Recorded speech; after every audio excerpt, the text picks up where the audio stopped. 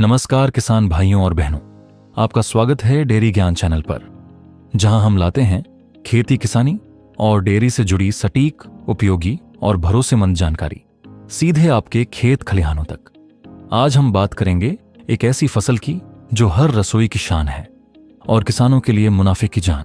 जी हां, हम बात कर रहे हैं आलू की वैज्ञानिक उत्पादन तकनीक की। सबसे पहले जानते हैं कि आलू को उगाने के लिए कौन सी जलवायु सबसे उपयुक्त है। आलू को ठंडी और समशीतोष्ण जलवायु पसंद होती है।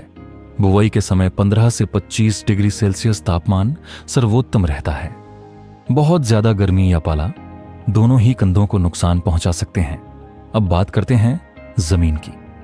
आलू की खेती के लिए दोमट या बलुई दोमट मिट्टी सबसे अच्छी मानी जाती है। ध्यान रखें कि मिट्टी में पानी का जमाव ना हो, लेकिन नमी बनी रहे। मिट्टी का पीएच 5.5 से 7.5 के बीच होना चाहिए। अब आते हैं किस्मों की ओर। किस्म का चुनाव आपके क्षेत्र और फसल के उद्देश्य पर निर्भर करता है। जैसे खाने के लिए कुफरी सिंधुरी, जल्दी तैयार होने वाली फसल के लिए कुफरी अशोक और प्रोसेसिंग यानी चिप्स बनाने के लिए कुफरी चिप्सोना बेहतरीन मानी जाती है। बुवाई का सही समय उत्तर भारत में अक्टूबर से नवंबर है, जबकि दक्षिण भारत और पहाड़ी क्षेत्रों में जुलाई अगस्त। 1 हेक्टेयर के लिए 25 से 30 क्विंटल तक बीज कंद की जरूरत होती है। बीज कंद एकदम स्वस्थ, अंकुरित और रोग मुक्त होने चाहिए। खेत की तैयारी करते समय 2 से 3 बार गहरी जुताई करें और 20 से 25 टन गोबर की सड़ी खाद खेत में मिला दें। इससे मिट्टी उपजाऊ बनेगी और कंदों का विकास बेहतर होगा। खाद और उर्वरक का संतुलित प्रयोग बहुत जरूरी है।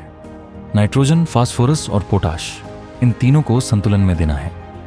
बुवाई के समय पूरी फास्फोरस, पोटाश और आधी नाइट्रोजन खेत में मिला दें। बाकी नाइट्रोजन 30 से 35 दिन बाद दें। बुवाई करते समय कतार से कतार की दूरी 60 सेंटीमीटर और पौधे से पौधे की दूरी 20 सेंटीमीटर रखें।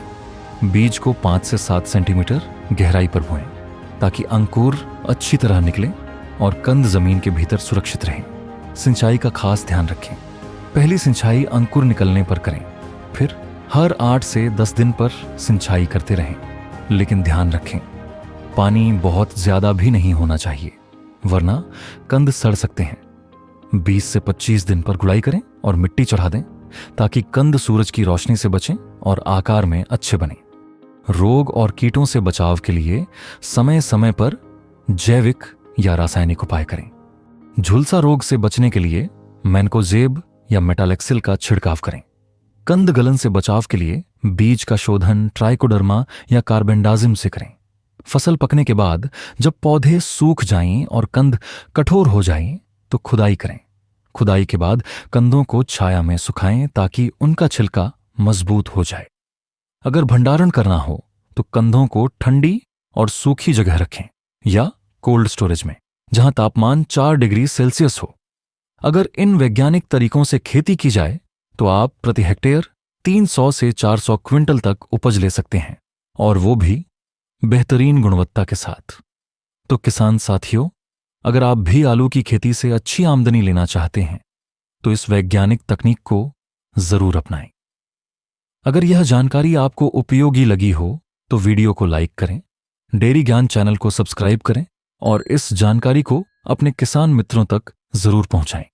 हम फिर मिलेंगे ऐसी ही एक नई जानकारी के साथ। तब तक खेतों को हरा भरा रखें और अपने सपनों को सुनहरा बनाते रहें। धन्यवाद।